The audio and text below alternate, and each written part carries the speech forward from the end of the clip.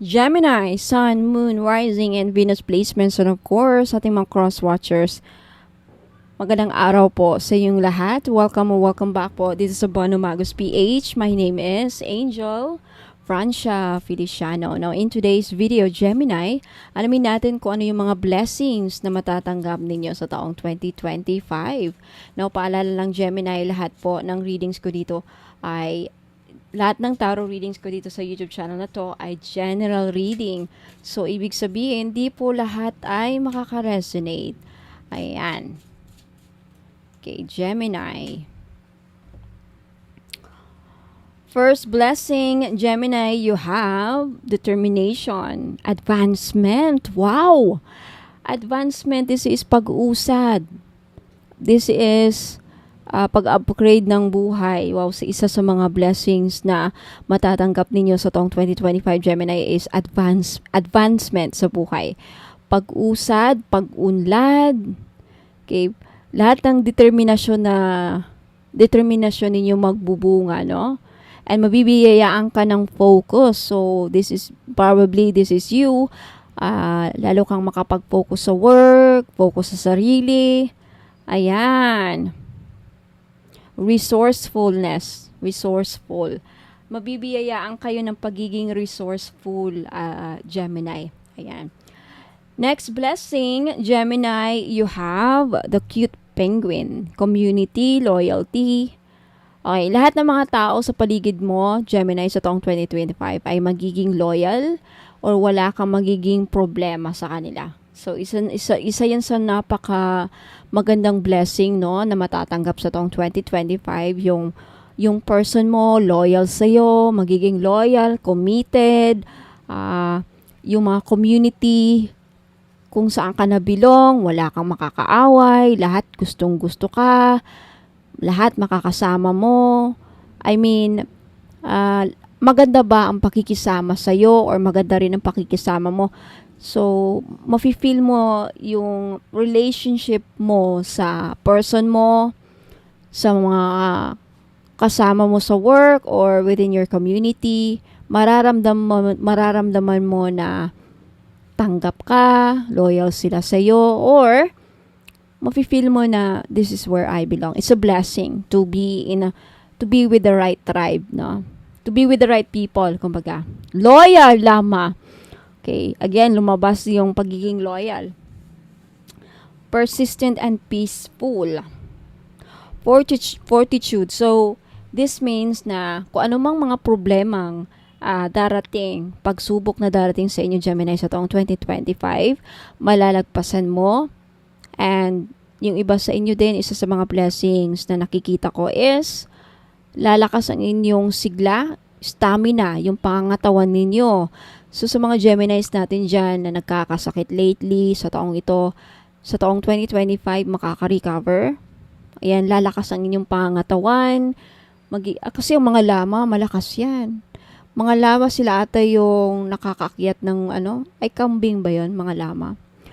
Ayan, persistent and peaceful. Magkakaroon ka din magiging peaceful din ang taon mo, Gemini. Okay? Ang taong 2025 magiging peaceful sa'yo. Okay? Wala kang poproblemahin. Kumbaga, it's a blessing. Okay? Next, you have a fearless dragon. Wow! Gemini, ang swerte mo. Lumabas dito, good fortune and honor. Mabibigyan kayo ng napaka-highest na honor, Gemini, sa work, sa inyong, I don't know, maybe if you are a YouTube vlog, makaka-silver button ka na, something like you'll receive a very high honor. Maybe mananalo ka ng award sa taong 2025, meron ka matatanggap na highest honor. And good fortune. Mukhang ang taong 2025 magdadala sa iyo ng napakalaking swerte. Ignite the passionate fire. So, wow, magiging fearless ka din, Gemini. Isa sa mga blessings na matatanggap ninyo aside sa good fortune is swerte, no? Is fearless. Yung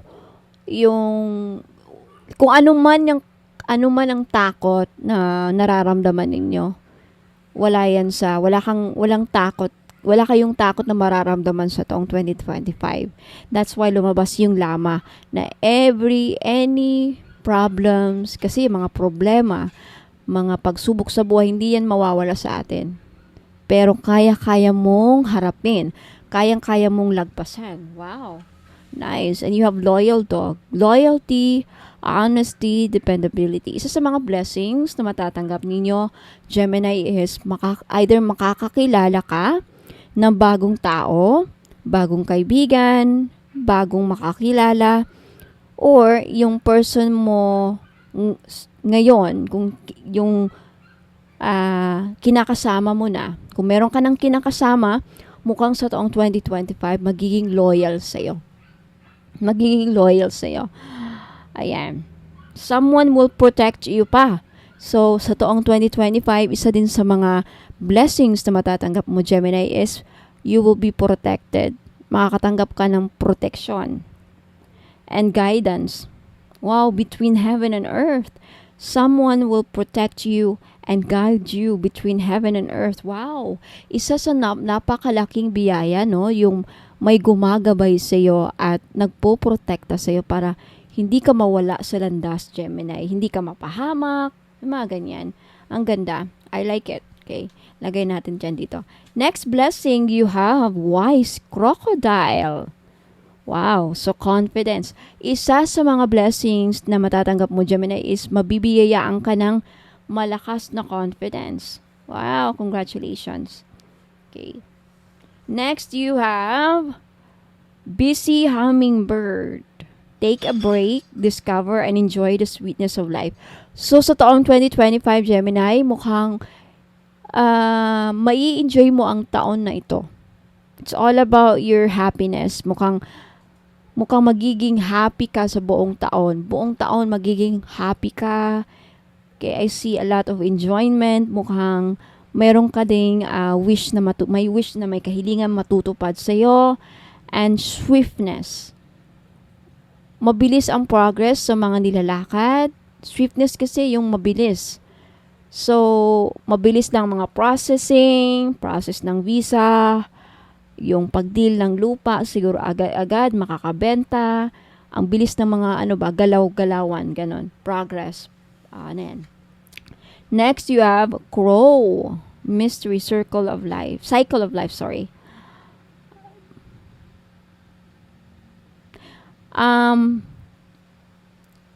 Isa sa mga blessings na matatanggap ni Gemini, kung ano yung mga akala mo ay nawala na, like naluging negosyo, na bankrupt. Kunyari, example lang ha, literally or metaphorically, kumbaga yung halaman na namatay, akala mo totally na namatay, na nagulat ka na buhay. Parang may mabubuhay na akala mo wala nang pag-asang mabawi pa. Something like that siguro. Ayan. Next blessing, you have monkey. And last is whale. Introspection. Awakening. Okay. Transcendence. Sa gentle whale, isa sa mga blessings na matatanggap ni Gemini is mabibigyan ka na mag-iiba ang mindset ninyo. Okay, mag-iiba ang inyong mindset. O I think magkakaroon ka ng abundance mindset. Isa yan sa mga blessings na darating or matatanggap mo, na pagkakaroon ng bagong pananaw para sa ikauunlad ng iyong buhay. And you have energetic monkey. Innovation. Sa taong 2025, may isang Gemini na makakagawa ng isang produkto, either produkto or isang bagay na magugulat yung buong mundo. Okay, innovation, amusement, confidence. Ayan. And para bang kakaiba. Okay, kakaibaan din, magiging patok, magiging viral, something like that. At mabibigay ito ng napakalaking biyaya sa inyo, Gemini. So, Gemini, Sun, Moon, Rising, and Venus placements, yan po ang mga blessings na matatanggap ninyo sa taong 2025. Let me know if nag-resonates po sa inyo. Let me know if nagustuhan ninyo by liking this video And also, if you want to claim all of these blessings, just leave a comment down below. Mag-leave lang kayo ng comment sa baba. Ayan. And by the way, Gemini, sa mga interesado pong sumali sa libreng pahula na gaganapin every Saturday or Sunday, just mag-subscribe lang po kayo para hindi po kayo, para makasali po kayo at then para ma-notify kayo na may YouTube lives broadcast. Ayan. Kasi during live ko lang po gagawin yung libreng pahula. Ayan. Now, for those of you, Gemini and cross-watchers, na interesadong makita, malaman ko ano yung mga binibenta ko, lahat ng produkto ko na meron akong binibenta, like Evil Eye Candle. Okay, wala pang sticker to, pero pag meron na, I will post it sa YouTube. I will post it sa ilalagay ko to sa website ko and sa Facebook page. Ayan. Visit my website, www.bonomagos.com, and tignan nyo lang lahat doon ng mga items ko. If meron kayong magustuhan, take a screenshot at isend nyo yung screenshot sa sa Facebook page Bono Magos PH. Ayan. For more instructions kung paano makabili, don't go away dahil magbabalik po ako para sabihin sa inyo kung paano makabili dito. Ayan, maraming salamat po, Gemini. Ingat po, God bless. Muna kayong alis, magbabalik pa po ako. Inaanayahan ko po kayo na mag-follow sa akin sa Facebook page. Ayan, sa mga interesado pong makita ang aking mga paninda, lahat ng mga pampaswerteng produkto na binibenta ko, makikita nyo po sa website ko. Okay? Paano po nyo mahanap ang aking website?